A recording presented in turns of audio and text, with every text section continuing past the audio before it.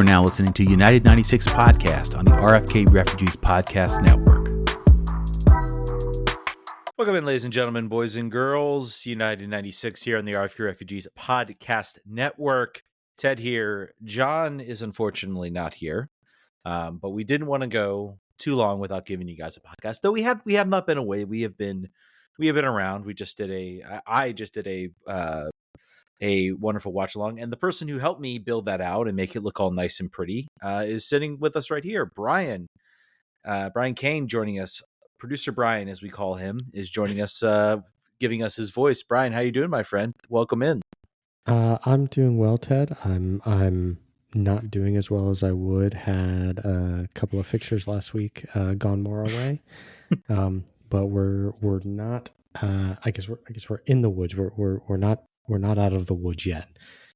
But we're in the playoff woods, looking for a path in. I'm doing a really good impression of John with my bad analogies over here. So how are you? Yeah, this is the part where we get to rip on John. I'm doing well. I somehow managed to see myself through that watch along. I am not a smart person. Let me just say that I have intelligent things in my brain, but my common sense sometimes gets the better of me. So I thought I was still, 22. So I thought, I can referee 3 soccer games, 2 of which were full 90-minute games, where I'm chasing around 16, 17-year-old kids as I'm trying to keep up with play. And then I can, no nap. I took no nap. I can just jump on into a watch along. And towards the end there, I was starting to watch along at 10:30 p.m., by the way. So I'm not a smart person, but I still had a lot of fun. I feel like it gave me some energy. I hope by the end I wasn't too sounding like I was either drunk or falling asleep towards the end there. Might have been dragging there a little bit, but at least it was an exciting game. It could have been a real bad 0-0 draw. But yeah, I did that. That was fun. I think we're talking possibly. I think that was enough fun. I'm looking at doing it for Wednesday. We'll see if John is currently, I said, feeling under the weather. So if he's feeling better, maybe he'll make an appearance. But that was fun. I think that's something we're gonna look at in the future. We're all sickos who watch this team as it muddles its way to either 8th or 9th or out of the playoffs. That we stay up at 10:30 on a Saturday night when other people are doing much cooler things, I'm sure. Like sleeping. Like sleeping, exactly. My wife was dead asleep when I walked in. So anyway, let's get into it. DC United. Now, we did not really, I don't think we've really provided some coverage. We're going to go back a little bit. I don't think we've provided much coverage of DC United, New York Red Bulls. A disappointing result. I feel like the 2 results here have really kind of been a microcosm. The result against Red Bulls and the result against Vancouver have really kind of been a microcosm of DC United's season. It's like on the road, they go up against some upper level teams, and they go up and they pick up results, and they get enough to do well. I haven't looked. I want to look. I was gonna try to look at their how they're doing as far as home and away. But I feel like their away record, which no team has a great away record unless you're maybe a top team. You're semi decent, but most of your losses, the front end of your losses, usually happen, on the road, and then you just got to be good at home. Well, DC has done the opposite. They've been decent on the road. They've picked up some results. This game was no exception. The 2-2 draw against Vancouver we saw, but at home it's it just kind of either falls apart or it's been disappointing. And I have to look at their record, but I think they have they have to have a losing record at home at this point. I'd have to go look it up real quick. Yeah, I'm taking a look right now. I'm going to tell you it's not pretty either way. The season really started tough away, and has gotten slightly better. Although it's really, I don't know. It's not good either way. More losses on the road, fewer draws. We do a little bit better job of drawing at home, but wins are scarce on both sides. So it's not pretty, Ted. Yeah, I mean, you look. They are 4 wins, 4 draws, 8 losses on the road. -9 goal differential. That's not great, but it's better than the Columbus Crew. It's better than New England Revolution. They are tied with points with Atlanta United. They are 1 point off Nashville. 3 points off Philly for third. And then Orlando and Cincy are kind of running away with it. And then their home record is very much near the bottom at 13th with 21 points. They have 5 wins, 6 draws, and 5 losses. So that's not good enough for a team trying to make the playoffs and they pick up, a couple of those draws into wins. They turn a couple of those losses into draws. We're looking at an entirely different season. I think this has been a season of missed opportunities, and chief among them, I think, if we point to a game where I think all of us around were just kind of like, I think the playoffs are done. In my opinion, it was after this game. I was like, that's it. This is over. I'll get into maybe why that's not the case, but it's certainly because everybody else seems to be tripping over themselves, and maybe I should have expected that. But this was a frustrating game in the sense, number one, Christian Benteke gets a hat trick. He gets 3 goals. He gets a off a set piece. He wins a header. First of all, I mean, hats off to the fans that came out. Blistering hurricane level conditions. It looked like absolutely miserable to be out there. And it looked like every team's attack wanted to be there, and nobody on defense wanted to actually defend on that day, which maybe is something to be expected. But I think the win was doing some funky things. A lot of the goals came off either set pieces or crosses that I think kind of hung a little bit. DC did not get off to a good start. I think there was we had Brendan Heinzike and Donovan Pine's central defense. First goal, I am putting it a lot on Brendan Heinzike because he tries to dive down for a header.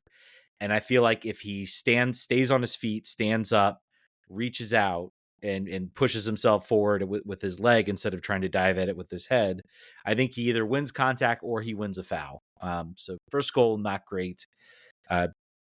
Give credit to Christian Benteke, finds the back of the net on a nice little looped header.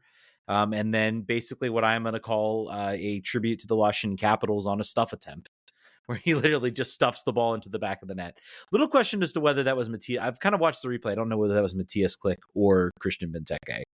And DC's up 2-1. And I think that first half, if they go into that half with a lead, I think maybe they can see this game out, because I think the game kind of settled down a little bit in the second half. But they just could not keep themselves off the score sheet. Obviously, we have the penalty call, a rough call, but I think once the rage died down, unfortunately it was Chris Durkin on that, who's had a bit of an up and down time. He makes contact. You make contact. That's a PK. We'll get into another PK call coming up against Vancouver. But overall, I mean, it was a weird, wild game, so you can almost maybe write it off, but you also have to look at the importance. I mean, when your star attacker scores a hat trick, you normally expect to win the game, and DC did not. The second half, they gave up. I kind of thought in that game, I was like, whoever gets the next goal, I don't think this is going to end tie. Whoever gets the next goal, I think is going to win this game. And to New York's credit, they went and got the goal in the second half. I thought really too, the backbreaker for DC also was they were up 3. They got up 3-2 on the Benteke PK. So you almost wash out that other PK attempt. And then literally you give up a goal right before halftime and you go in 3-3. And it's just like, because we worry about this team's depth, and this team has no depth. And it's just, so it's just a mess of a game. I don't know. You have any other thoughts you have about this game other than it just being just a giant mess, and might ultimately cost this team a chance at making the playoffs? Yeah, I think certainly if you penciled in a game that DC would have really helped a lot down the stretch, this would have been one that you expected to take 3 points from. Fact that we left with 0 in conditions that you have to think under those sort of weather conditions at home, that added more in favor of DC. And given some of Benteke's, I wouldn't say struggles, but for where he's at, won off the Golden Boot race. He He could could, very well win the Golden Boot race. He could pull an Ola Kamara in 2021. He could win the mhm. Golden Boot race, and DC miss out on the playoffs. Absolutely could and happen. and with the chances he's had, he probably should be leading the Golden Boot race. I was looking at some stats, and one of the obscure ones that DC is up in the top of the league is touches in the opponent's penalty box. We're third in touches in the opponent's penalty box. Our XG is not up, so the quality is missing. And I know that we've talked about that before on the show, but no, just really disappointing to have that game, end with no points for DC. And I think maybe with a little bit more confidence, we wouldn't have started the Vancouver game the way we did. Yeah.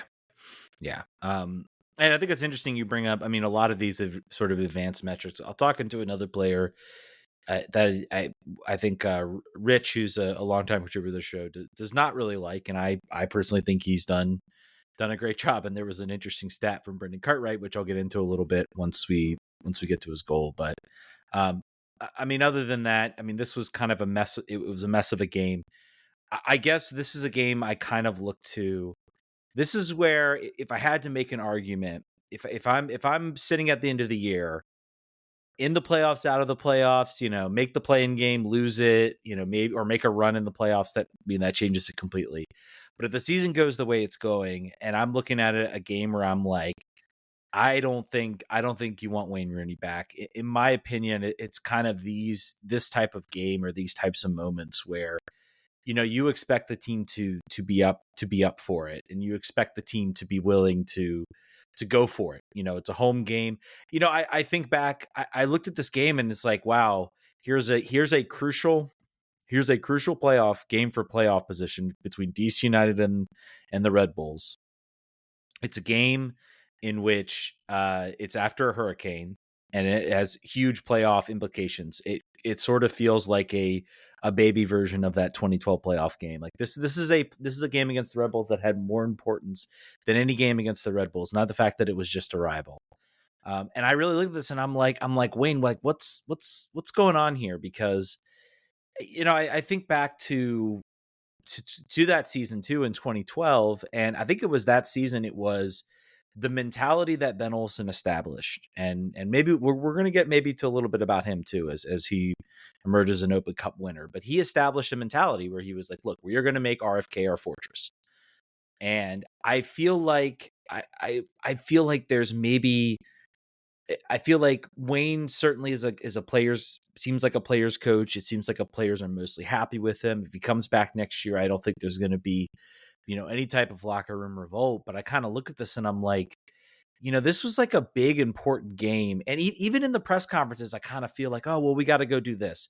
And then that doesn't happen. It's like, okay, well, we got to, and it's just kind of like, and even, when they, Brendan Hike's interview with Ted was like, well, yeah, we kind of let that home game slip away. We weren't able to pick up the points against it, but we tied Charlotte. So it kind of evens out. And it's like, no, man, go out. Yeah. You got to win your home games. Like, I think if I were to describe like Wayne's coaching style from what we've seen, he's a system coach, right? Like this is the system we're going to play. This is the system I'm going to set up. This is the system we're going to run. And, I think there are a lot of things that exemplify that. I think the Heinz Ike interview and hey, essentially we sat down and planned out the season. I think that if there was a stat for coach butt in seat time, Wayne would lead that by far. Like I think he sets things up for this is how we're going to play. This is a system we're going to run, and lets that go. Like I don't think, from Hernan to Wayne, you couldn't have had two more opposite in terms of like on the sidelines getting fired up. And I wonder if that's something that Wayne could add to his game, because he's a strong personality, and those type of games where things are flying both directions, you want your coach in those moments to become a part of it, to really like lead in the moment. And I would say if there's anything that I feel like maybe Wayne lacks, at least visibly to us as the viewers, it's all we have to go off of, is that sort of in the moment leadership that, hey, I need to change something. I need to think differently. I need to, switch things up a bit. I don't think we see a lot of that. I think he's very much, this is a team that, yes, is incomplete, does not have all the pieces we need. This is the system we're going to play.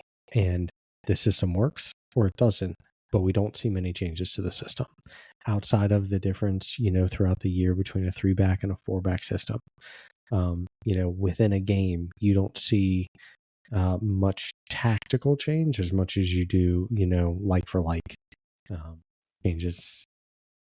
I would disagree with there a little bit, just because I think I do the good things I see from Wayne is the practical recognition, which I think is an underrated skill in a coach, is practical recognition of what you have versus what you want. And it's the realization sometimes where you can try something early on in the year and think, this is the way I want this team to play.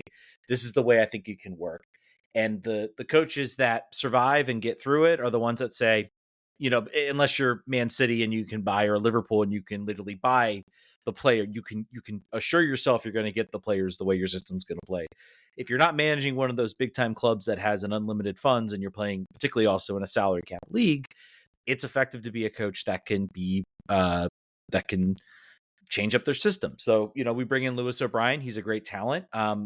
I think there was a question to me. I was like, where does he fit in this team? He sort of seems like a duplicate of Click. Well, the solution was, okay, well, we're going to use Benteke as a fulcrum. And when we had Taxi here, Taxi would also be there. And we're going to kind of have players sort of bleed off him. We're going to play a really high line, and we're going to try to pin the ball into the team's opposing half with long balls, and kind of use Benteke as that.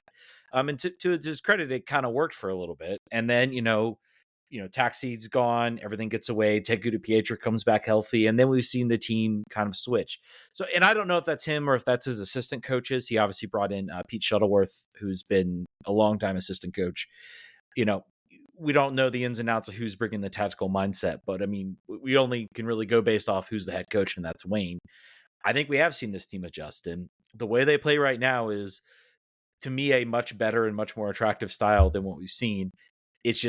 It's one of those things, is too little too late. If they had this team set up, I think they would have definitely positioned themselves into that 9th spot or 8th or 9th spot comfortably in the playoffs, with the way we've seen this team play, and the way they look in the attack with Ted DiPietro, who had a very sneaky good game. I think he hasn't had the moments I think that we see, but I think we still see some things from him. Even that New York game, I didn't come away thinking that he played very well in that game, but I thought he played a little better in Vancouver. I saw a little more, some chances out of him. Pirani's getting there.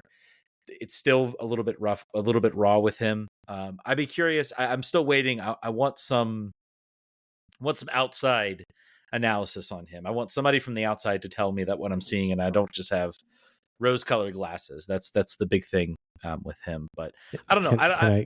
Yeah. Can I give you my favorite Pirani stat? What's that? He is second on the team, not in per 90, but for the season on carries into the penalty box. That's wild. So second behind Benteke on carries in the penalty box. I think, I kind of like you. I'm interested in third-party assessment, but it's been a long time since I've been this sure of extending a loan deal and making it permanent. Yeah, I mean, really, for me, since sort of the back half of Acosta's year, where he kind of came onto the scene, I think we've seen enough. Like I said, he feels that U22 spot. It should be a done deal. Let's get into the Vancouver game. Another weird game. Road trip, 10:30 p.m. game. Definitely some MLS After Dark vibes from this game. DC United give up an early goal.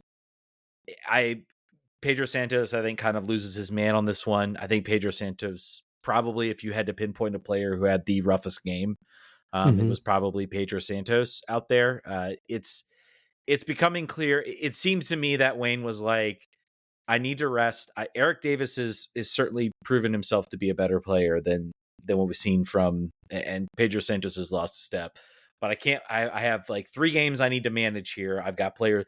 It was pretty clear to me. It's like, this is a game where we need to put our best foot forward. We can't just punt it or try to hold on to a draw. So Benteke is going to go out there. Ted Pietro is going to go out there. Pirandi's going to go out there. All the guys. Click's going to be out there. All the guys that you want. And then it's like, all right, now who can I maybe drop in and sub, and we will suffer a little bit. One of the choices was made for him with Russell Canals picking up yellows. And then it's like, all right, well, I'm going to slot in Ruan instead of Nahar because it's turf, so I don't want to push Nahar too much. I'm going to drop in Davis. I'm going to play Heinz Ike, and I'm going to play Derek Williams. And maybe then we'll rotate a little bit with maybe Birnbaum. I wouldn't be shocked if Birnbaum plays next Wednesday, and maybe Pines goes back to the bench. It was definitely like it's basically like, where can I rotate? The same issues about. I guess the good thing is that they got a goal. They got at least a goal in the first half, which has been a rarity for this team. But first goal is not great. Early goal to give up. You're already putting yourself into a hole. You're just thankful that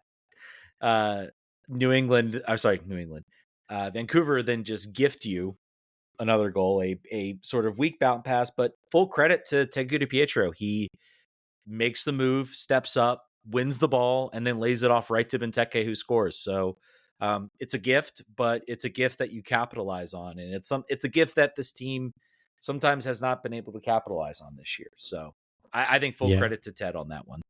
Yeah, we haven't been cashing in enough of those. That isn't there. There's been enough gimmies that we haven't got that we came due.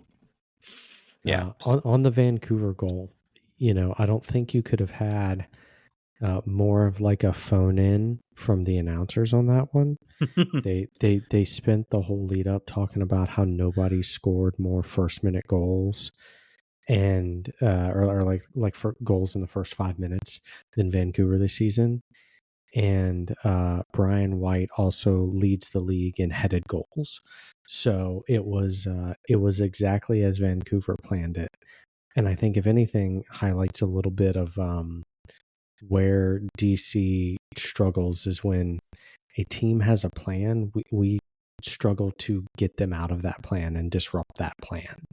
And I think we saw that against Vancouver.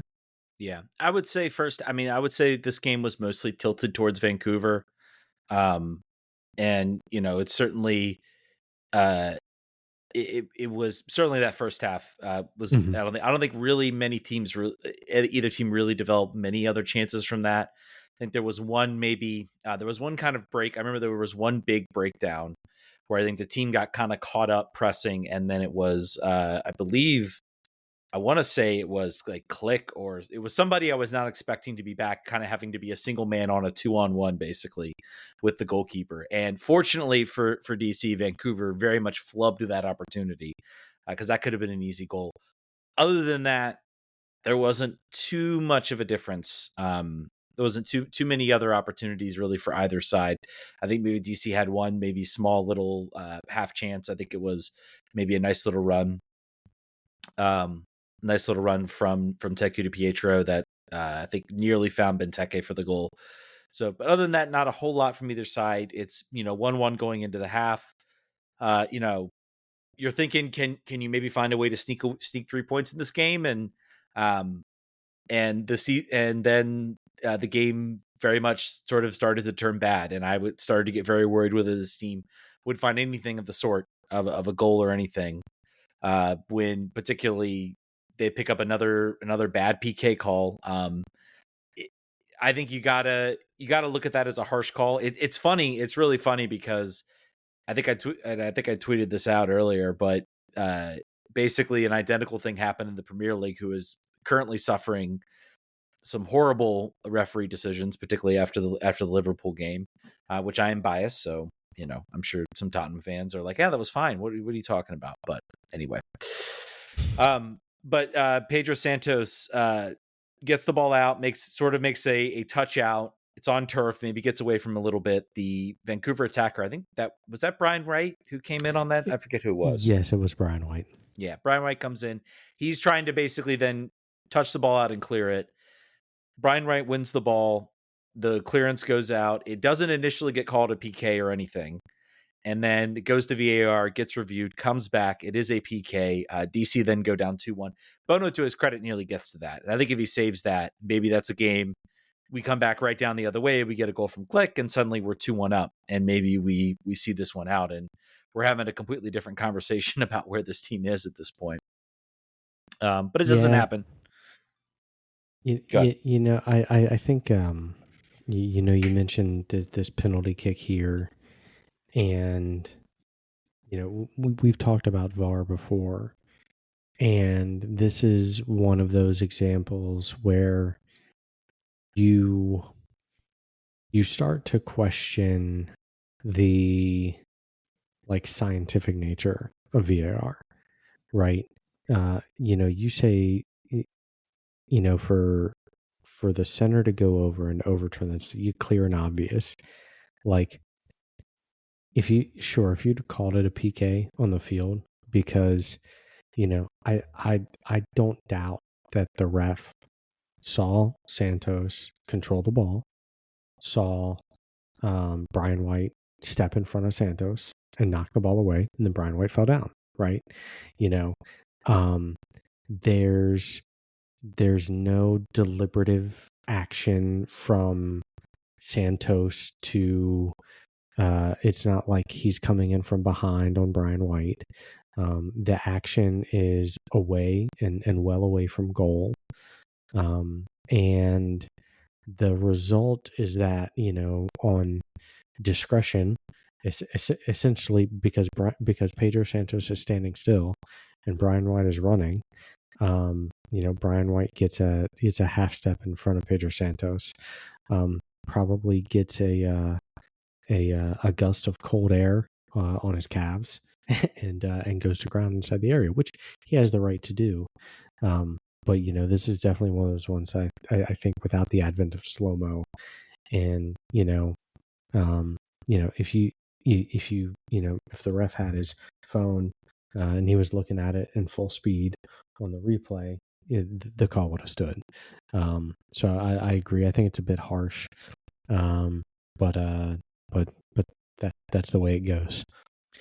My biggest thing about penalties in general, I think we're heading towards. I don't know if we'll see this happen, because I think there's maybe a certain argument amongst the executives that run the sport in FIFA is like, well, this leads to more goals, so there's more moments like this. But I feel like with VAR, we're seeing. I'm sure if we looked at penalty calls pre-VAR, penalty calls post-VAR, I am sure we have seen a massive increase.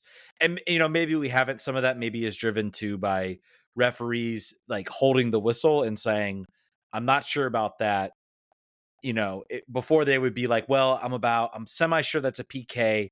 I think I'm going to call it. And then now referees like, well, unless I am 100% sure, I am not calling it. And I will just let VAR, save me in that regard. But I have a feeling like we would probably see an increase in PK calls versus no VAR. I think what gives me hope is we have this huge invent in sports analytics. You've just dropped a lot of different sports analytic quotes, and there was an article from The Athletic that illustrated how much of a XG gain you get from PKs and moments like that.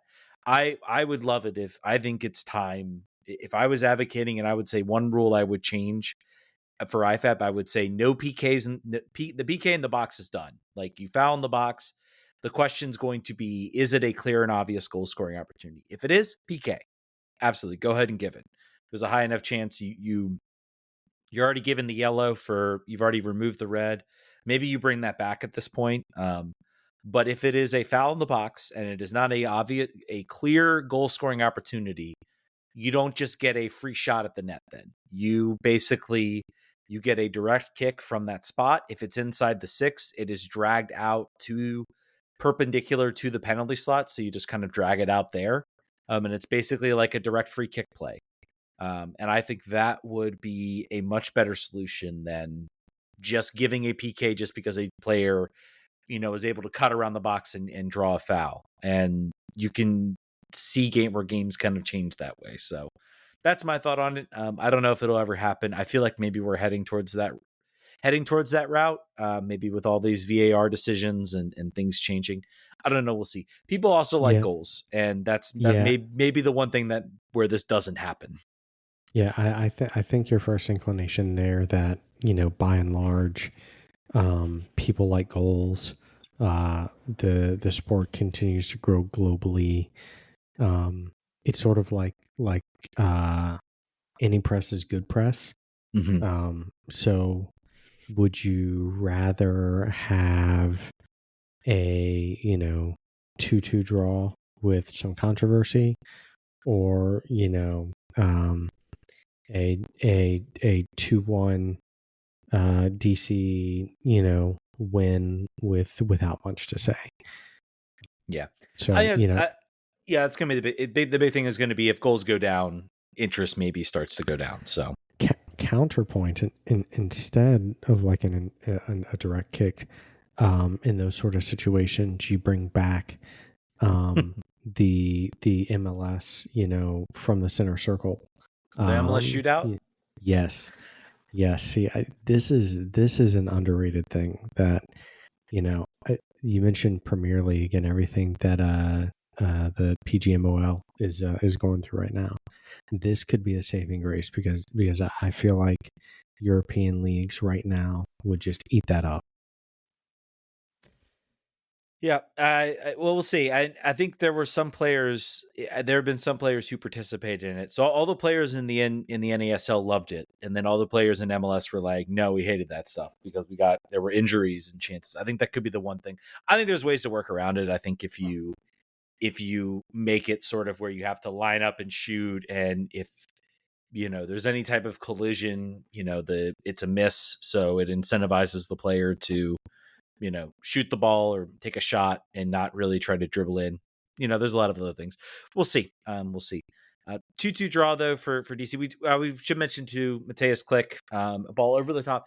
I kind of looked. So Tek Pietro definitely gets the assist on the Mateke goal, but he is according to FootMob. I don't know if what MLS stats say. He does not get the assist for Mateus's Click's goal. I guess because I think that took maybe a little bit of deflection. He kind of plays the ball into the box. Maybe it takes a deflection off the left or right. Like, I don't know. I think he should get some credit for it.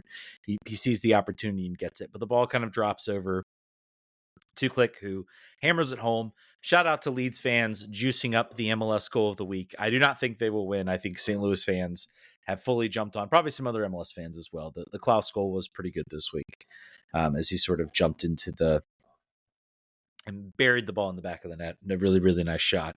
Worthy of a goal of the week. I'm still going to vote for Mateus Click. But Mateus Click, 3 goals, 9 assists, and Brendan Cartwright, I have to give credit, drops a stat.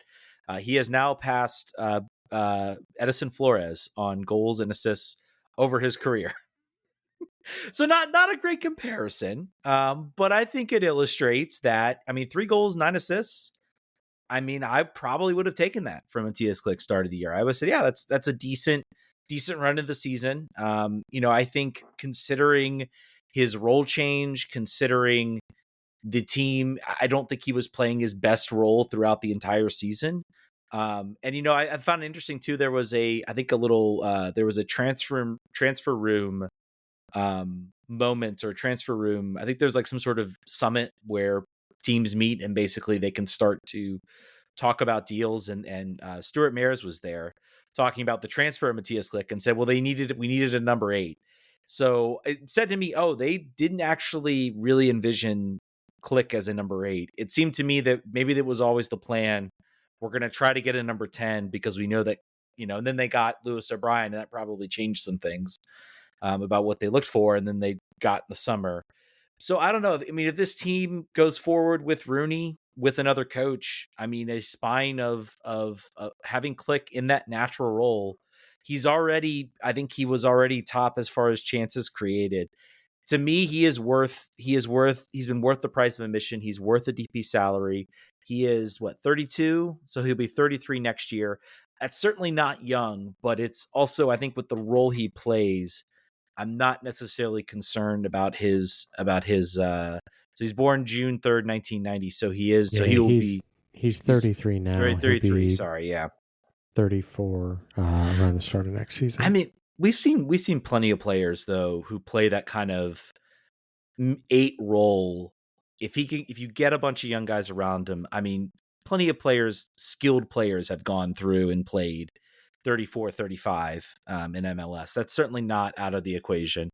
I'm trying to think. I'm sure there's a Dax McCarty. He's in his 30s and still can do sort of that sort of hybrid role that he does. So I think he's shown enough. I want to see a little more of him next year. You build a younger team around him. You get guys like Pirani that can run. I think I want to see him here next year. And I think he's got a contract through, so I think we will see him. So regardless of who the coach is. Yeah, he's not one of those guys that you notice that he's 33, right? Maybe in another league, but he could go at least one more season, maybe more. Probably, I don't think you look to extend him beyond next year. If you do, certainly not in a DP slot. Yeah, I mean, I would say with any of these guys, I think the market of with Click and Benteke, I think both of them have done enough to earn a contract next year. I mean, Benteke's pushing the Golden Boot race. I don't see why you don't bring him back.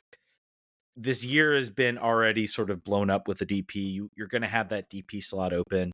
You bring in Pirani, you've got that U22, and he takes up a U22 initiative spot. If he has to take up a young DP slot for reasons, then you still have that U22 initiative spot. But you can go out and get somebody. So to me, it's neither here. And you might even get another DP slot because the league might be changing its rules. Let's talk about Pirani. Obviously, I thought he played pretty decently. He unfortunately gets the highlight in that he has the miss. I think this has become maybe a little bit of a thing with shooting outside the box. He did have a nice goal against Atlanta, so maybe we cut him a little bit of slack. It is on turf. I'm sure he's played on that in his youth, so maybe it's not much of an excuse than for maybe an older player. But he's been a pro for a little bit, so maybe it was a little bit. His foot got caught underneath him for that. But something to watch. I think he's young enough. I'm still high on him as far as bringing him back.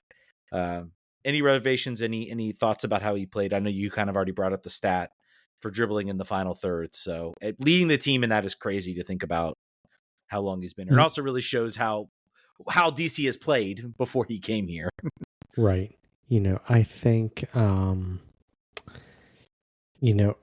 he definitely brings something that I don't think anyone else in the team really has.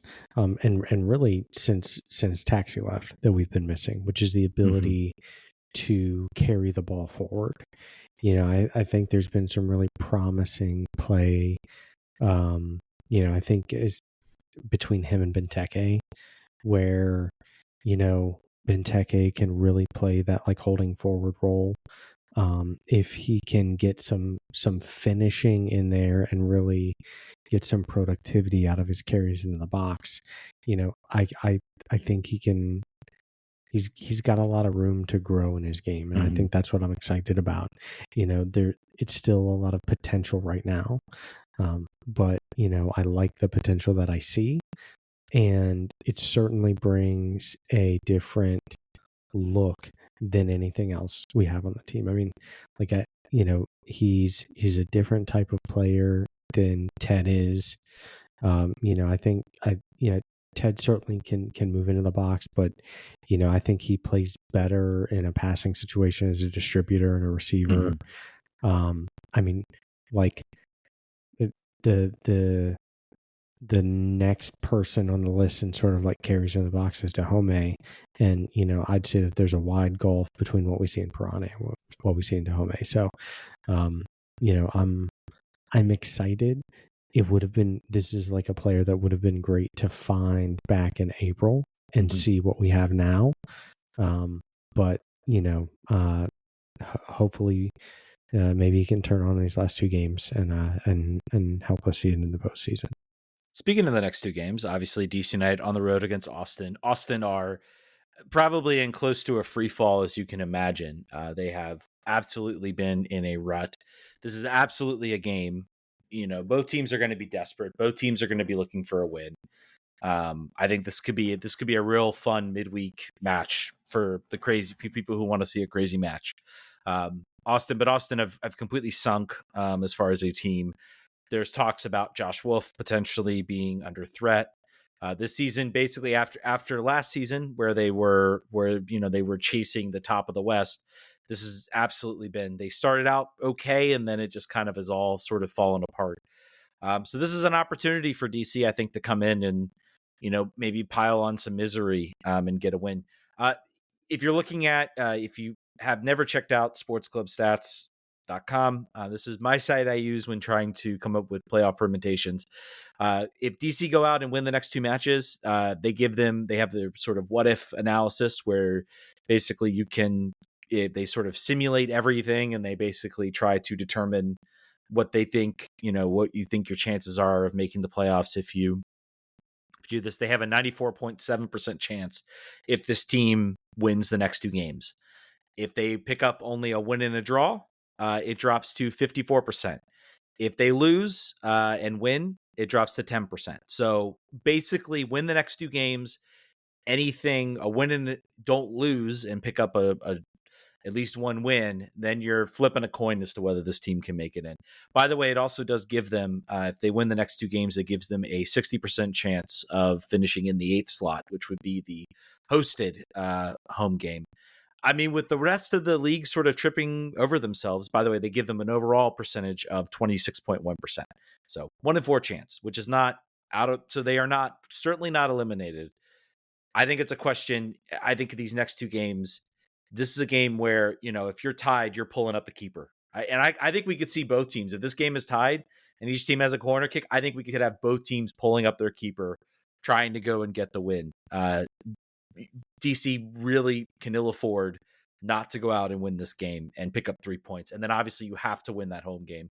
That game against NYCFC could be something big. I think it's all going to come down how they look on Wednesday. Wednesday, you might get some momentum, and then you can kind of push forward. I was looking at, I don't know if New York City FC have a game. I'm not seeing it on my schedule, but I probably can find it real quick if I can stall enough time. And they do not, so they get a week break. And then DC gets a 2-week off. So we are literally finishing out the season. DC's finishing out the season. And then we get 2 weeks off because MLS season makes sense. So I think either way, we're sweating on decision day. If we're in that either 8th or 9th spot, there'll be a bunch of permutations that need to happen.